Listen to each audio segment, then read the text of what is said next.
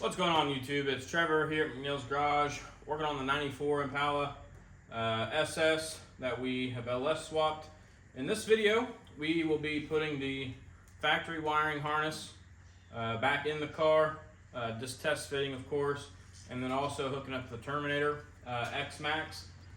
The end goal for this video is to get a test crank and possibly fire. So that's what we're hoping to do. I'm not going to loom the factory harness right now. I'm just going to leave it as is, plug everything up, and if everything works well, then I'm going to take it back out and loom it and make it all look real good and pretty. So here we are, factory harness. I already have kind of laid in there. I'm going to plug up some stuff and then go get the Terminator and start getting it plugged in. So here we go. Okay, so I think y'all can see that here. This is the main wiring harness here through the firewall. You can see this blue plug has two connectors. It's got this black and gray connector that both plug into it there. This was already underneath the dash. I didn't do anything with that. This white plug back here plugs in. So that was one that it just clipped in. And then the main one here, I think that took a 7mm to screw in there. And obviously this side here is coming from the firewall. So yeah, just kind of plugged it in there and then screwed it in.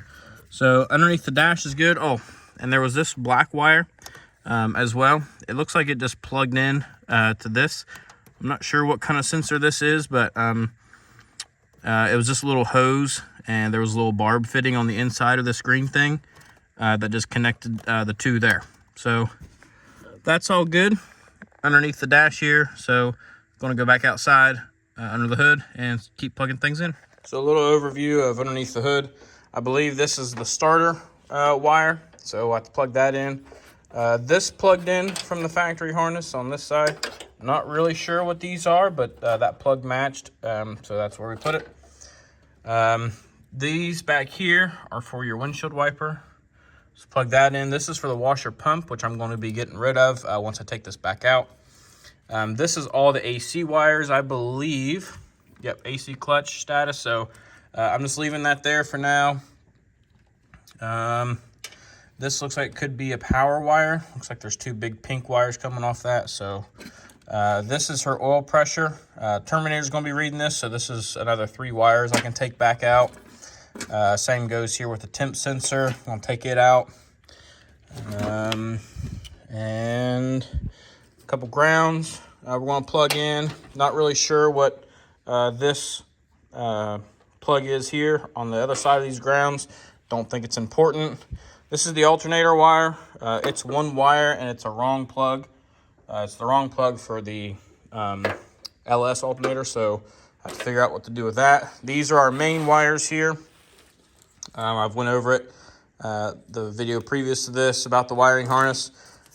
Basically, the Terminator needs 2 switch 12-volt wires, which are these 2 pink ones here that I have labeled.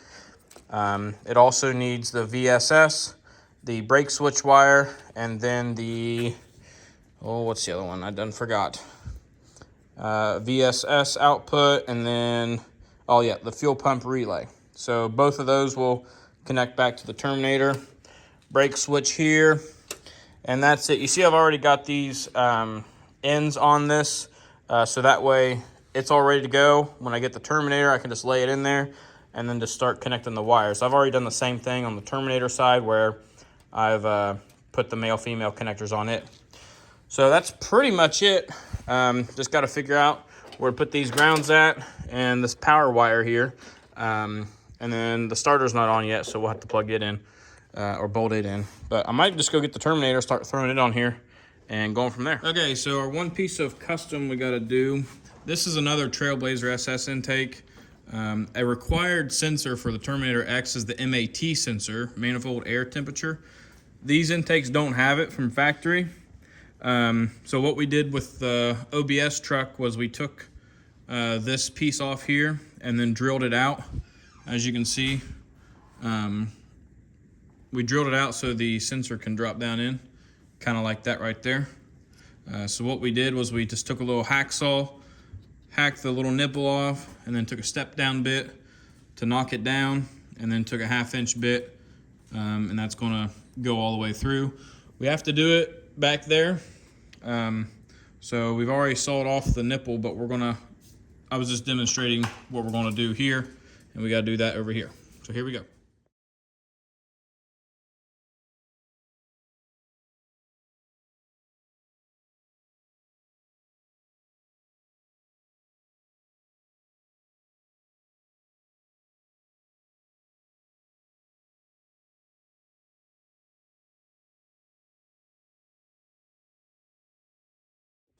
So as you can see, we got it hooked up here, really nice and solid. It took a little bit of massaging with a little burr like this here. Not sure if you can see that, but basically we used a 1/2 inch drill bit right here, and then we also used a step bit, and then we also got one of these things to clean off the ridges to make it really flush against the sensor. So now we're just going to go ahead and bolt the throttle body back on.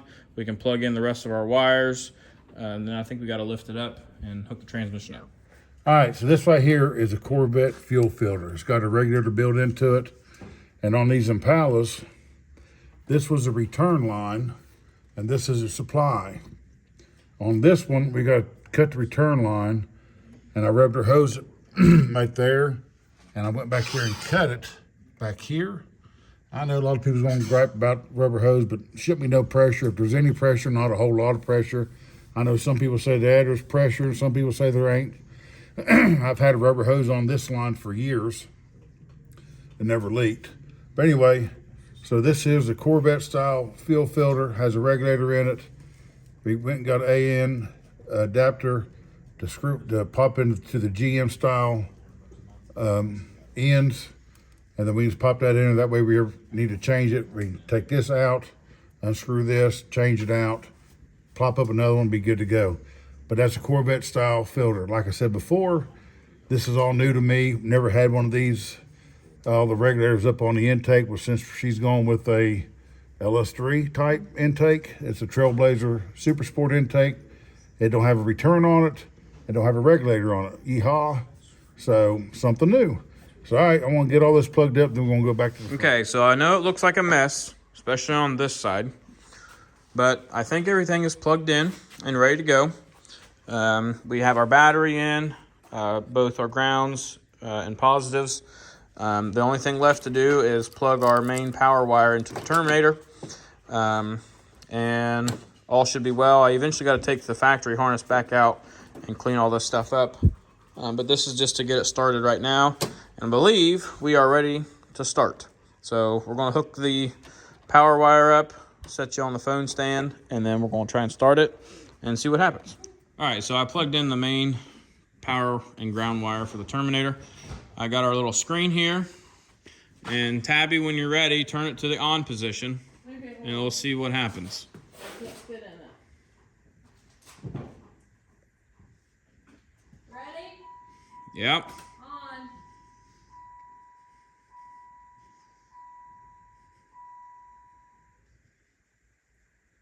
Okay, we don't have a working screen, so we gotta go back to the drawing board. But we got lights on the Terminator, so I'm not sure if you can see that. Let me turn it off. Yeah. So, back to the drawing. Okay, so we just unplugged the CAN bus connector, plugged it back in. I must not have had it on right. And we got power on the Terminator X, so that is good. We're gonna go sit through all the calibration. We're not gonna film that, but we're gonna go ahead and calibrate it and configure the wizard, and when we're ready to crank it, we'll start the video back. Okay, so we got the Terminator configured, and this is our, for sure, we have not started it yet. We have not tested if it's going to crank at all. So this is our reaction to seeing if the thing works. Cross your fingers. Cross your fingers. Make sure nothing's touching all the stuff. We're good over here. And I'm good when you are, Tabby. Here we go. That's good noise. Okay, we got no cranking. So we'll troubleshoot and be back in a second. Okay, so after a few minutes of troubleshooting, Dad rubbed his hand over the starter, and we weren't able to capture it on camera, but we do have a crank, so that's good. We are going to attempt a start for the first time. Fuel pump relay plugged in. All wires are out of the way. Boys and girls, here we go. Go ahead and turn the key on there, Tabby. Key on. You got the handheld? Yeah. You reading oil pressure yet? I hope not. There's still one. Okay, here we are. Whenever you're ready, Tabby. No oil pressure, still -1. Go ahead.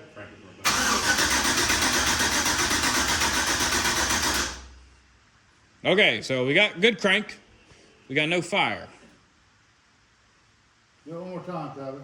All right. All right. All right, so we still had -1 oil pressure. We actually had, the AFR was maxed out. Did you set it? Well, yeah. So now we will investigate the issue now. Okay.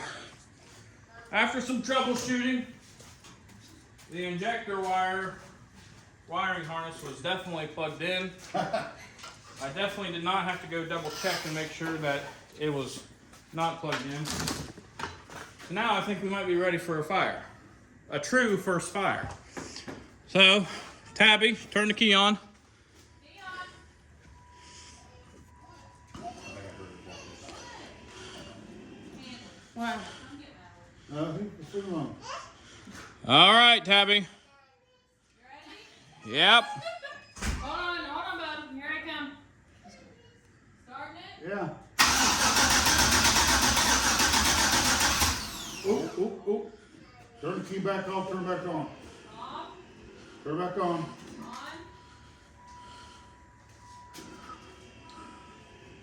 Get it? Start it. Yeah. All right, still off. Huh? Turn the key on and let it sit for about 3 seconds. 5 seconds. Hold on. Let me figure this out real quick.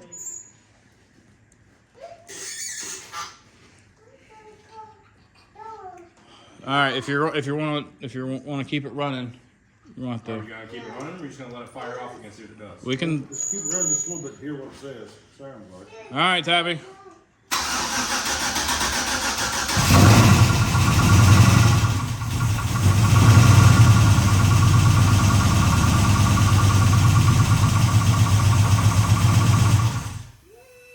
There we go.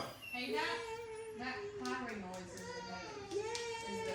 the It started. Yeah, we had 50 pounds. That's what I hear. We're not there then. Is the cutouts in general. I hear this. I can't hear that up there. All right, so we got a good fire. So now we diagnose some more.